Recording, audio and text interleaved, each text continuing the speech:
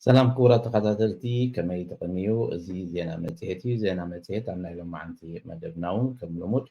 نابخم حيتنا قريبنا زلنا خلت أرستي علنا تقدم أرستي بزعبا ميجرا خمس فركت وهي بوزو لحد شيء أمام كم من قست قينو زغا بزعباتي مقبالنا حتى تعقبان الجوابات نباب رؤمن زملكت قينو اتقالايكا زلنا وانا جبري مخفالن زملا سولن وان سلازغنا بسفح بزعبا جبرن أكفافلا جبرن زملكت ቅድሚ ሕጂ ምስ ሓውና ክኢላ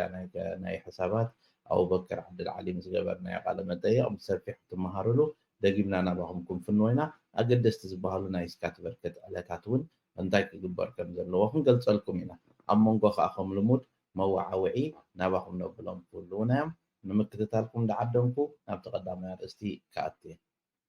ከም ዝፍለጥ ከምቲ ብተደጋጋሚ ዝብልናዮ እቲ ሜግራሆን ስበርከት ዝወሃቦ ዘሎ ሓደሽቲ ዕማማት እዚ ሕጊ ናይ ምትራር መስርሕ እንዳወሰኸ እንዳኸበደ ዝኸደሉ ዘሎ ግዜ ሕጂ እውን መንግስቲ ንሜግራሆን ስበርከት ብዛዕባ እቲ መደብ ተታሒዝዎ ዘሎ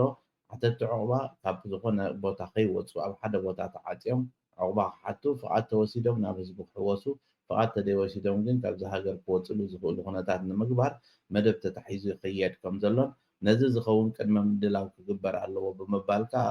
መንግስቲ ንሜግራሆን ስበርከት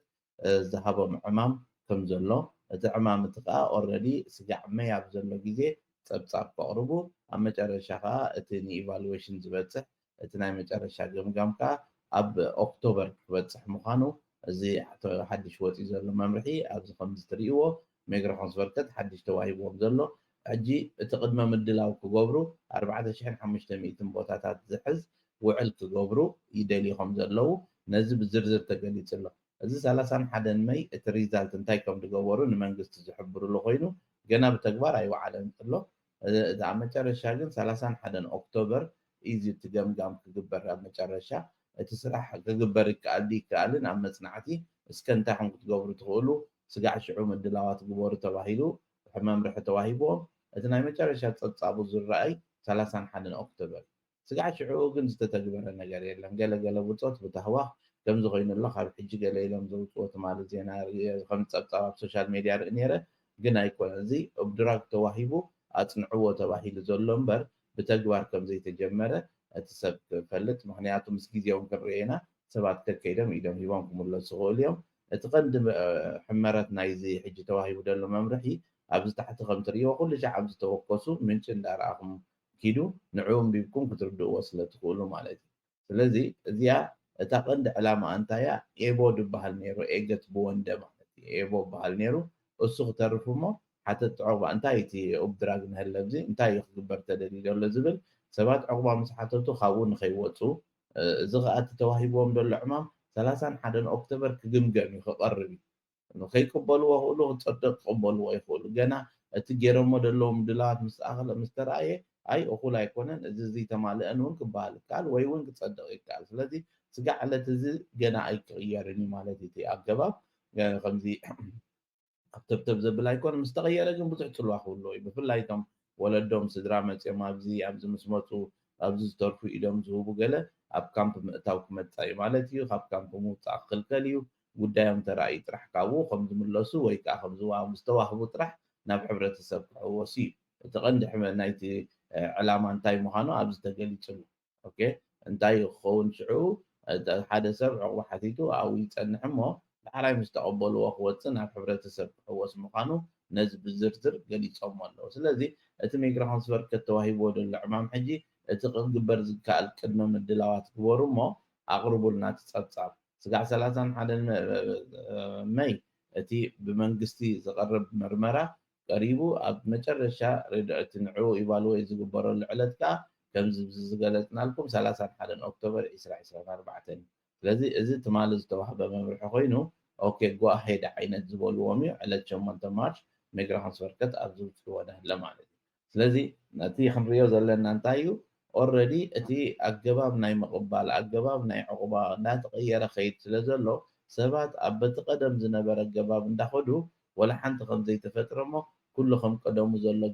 ገይሮም ሪኦም ንዝመፁ ሰባት ዝህብዎም ሓበሬታ ኣውደይትድ ከይከውን ምጥንቃቕ ከድሊ ምክንያቱ እዚ ሓድሽ ሓበሬታ ዘሎ ንገለገለ ከሰንብዶም እዩ ወለዶም መፅኦም ኣብዚ ዕቑባ ዝሓተቱ ኣይወፁን እዮም ኣብዚኦም ምሳና ዝፀንሑ ክብልዎም እንተኮይኖም ኣቐዲሞም ክፈልጡን ክዳለውሉን ከድሊ እዩ ምክንያቱ እቲ ኩነታት እንዳተቀየረ ከይድ ስለ ዘሎ ከም ቀደም ስለዘየለ ሕጂ ኩሉ ነገር ኣብዚ ምጥንቃቅ ከድሊ እዚ ኣብቲ ቀዳማይ ክፋል እንተልና ናብቲ ካልኣይ ቅድሚ ምሕላፍና ብምክንያት ዓለም ለኸ መዓልቲ ደቂ ኣንስትዮ ማርች 8 ኣብዚ ኣብ ሽወደን ዘሎ ትካል ቤት ማሕተም ናይ መፅሓፍቲ ምክፍፋል ዝኾነ ኩሉ ዝበሃል ትካል ናይ 25 ሚእታዊት ዋጋ ናይ ምጉዳል ናብ መፅሓፍቲ ገይሩ ስለ ዘሎ እቲ ዕለት ከዓ ስጋዕ ዕለት 10 ስጋዕ ፅባሕ ስለ ዝኾነ ነዚ ዕድል እዚ ክትጥቀምሉ ካብቲ መፅሓፍቲ እንዳሕተመ ዝተፈላለየ መፅሓፍቲ ናብ ህዝቢ ዘቕርብ ዘሎ ትካል ኮይኑ ኣብኡ ብምእታው ኣብቲ መስመር ሓበሬታ ኩሉ ዶት ኮም ብምእታው እውን ኣብ ድኳን ኣቲኹም ትደልይዎ መፅሓፍቲ ክትእዝዙ ከም ትኽእሉ እንዳሓበርና ነቲ ዝገብርዎ ዘለዉ ፃዕርታት እውን ኣብ ኩሉ ኣጋጣሚታት ህያብ መፅሓፍቲ ብምውሃብ ድዩ ብካልእን ነቲ ዝገብርዎ ዘለዉ ስራሓት ከነተባብዕ ይግባእ እንዳበልና ነቲ ብምክንያት ዓለም ለኸ መዓልቲ ደቂ ኣንስትዮ ገይረሞ ዘለዎ 25% ምግዳል ከዓ ካብኡ መፅሓፍቲ ዓዲግና ንካልኦት ከም ግፍቲ ሂብና ናይ ምንባብ ልምድታት ከም ዝዓቢ ክንገብር እቲ ግቡእ እሞኒ ነዚ እግረ መንገድና ኩሉም ካልኦት ኩሎም ዝገብርዎ ዘለዉ ሕብረተሰብና ናይ ምንባብ ልምዲ ንከዕብዩ ኢሎም ዝገብርዎ ዘለዉ እንዳክተባባዕ እግረ መንገድና እንዳፀዋዕና ናብቲ ካልኣይ ኣርእስትና ክሓልፈኩም እየ ኣብቲ ካልኣይ ኣርእስትና ከዓኒ ብዛዕባ ስካት በርከት ኮይኑ ከምቲ ኩሉ ሻዕ ንብሎ ተን ሊንክስ ኣብ መጨረሻ እውን ክንገብረልኩም ኢና እሰን እንታየን ተን ኣገደስቲ ዕለት ዝበሃላ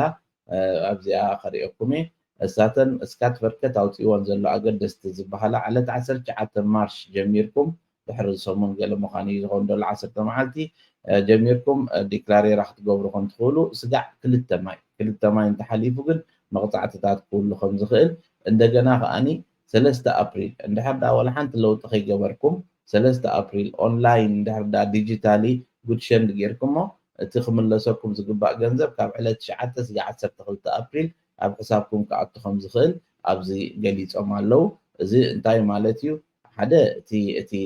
ቀልጢፉ ክመፀካ ትደሊ እንትኾንካ ዝምለሰካ እንተኮይኑ እሞ ቀልጢፉ ክመፅእ ተደሊኻ ለውጢ ትገብሮ ተደይብልካ 3 ኣፕሪል ዲጂታሊ ትገብሮ እሞ ካብ 9 ስጋዕ 12 ኣፕሪል ኣብ ሕሳብካ